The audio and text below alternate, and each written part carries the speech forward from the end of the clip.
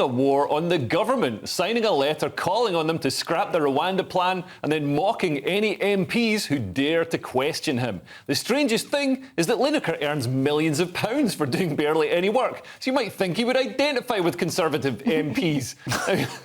Diane, is Gary Lineker cursed or blessed? I think he's cursed because, well, no, I do, because the actual argument is not that he signed the letter in opposition to the Rwanda bill. It's actually because he then decided to get personal and down and dirty on Twitter with 3 MPs. Like, he put up this photo of Grant Shapps with Grant Shapps's multiple names, and he offered Lee Anderson a job with Walkers, which I think is the stupidest thing that Gary Lineker could have done. By all means, mess with the BBC, because that'll take a long time to unravel. Don't mess with your sponsor. You've just messed with Walker's crisps. Are you insane? Did Walkers say anything about this? I think that they should. I think they're going to get very salty. And I think that they're going to... I mean, I personally would. I'd be very annoyed if one of my star sponsors was doing this. And Lineker thinks he's untouchable, which is why he can do all of this. And pride comes before a fall, so I think he's cursed. Yeah, and he makes a packet from that Walkers deal. Hi, champion.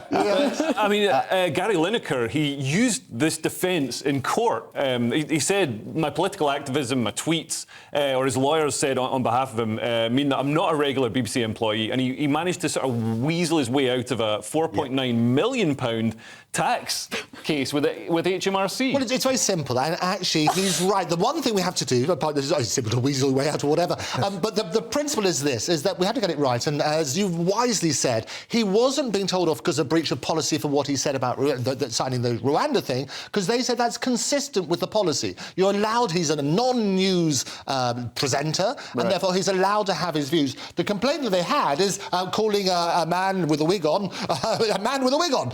So it's basically, and that's what they say, you have to treat people with a high, this is what they say, the high degree of civility. And that's what they're complaining about, and they're looking at it. So I think we have to be very, very clear on that. He's allowed to say whatever he likes about Rwanda, that is what they're saying on that sort of basis, but you can't be rude to people. Was he not, were those 3 people that he picked out, though, hadn't those people basically given Gary Lineker some stick for actually sticking his neck out? Right, so I guess he was just having a go back at them.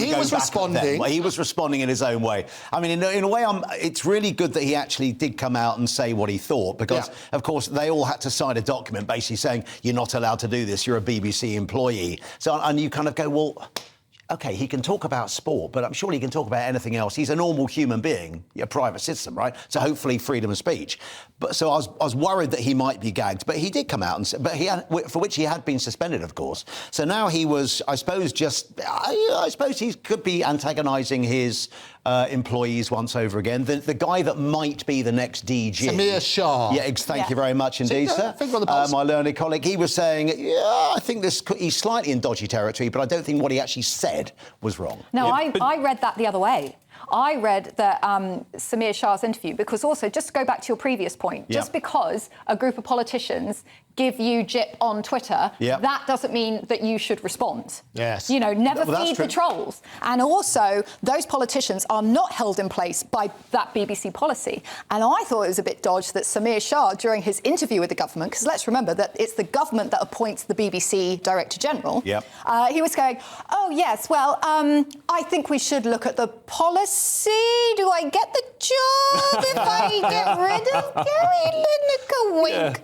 But you have to have a bit of banter. I mean, come on, you cannot tell presenters, you can't engage. Somebody rubbishes you and you can't respond, you've just got to sit there. And he was quite right on one of them. What Gary said is, you should read the rules. Because they criticise him about commenting on Rwanda. He's allowed to. And they've confirmed that he was allowed to comment about Rwanda. Well, I'm overriding you. I think he's cursed. I think he's cursed. He pretends to be this woke, hey, guys, let's be socialists. Oh, the government should do all this stuff for people. It's like, if you paid your taxes like HMRC asked you to, instead of like keeping that £4.9 million and pretending that your political activism is, makes you not a regular BBC employee. If you gave the government that £4.9 million, they could do all the things that you want. Gary. Anyway.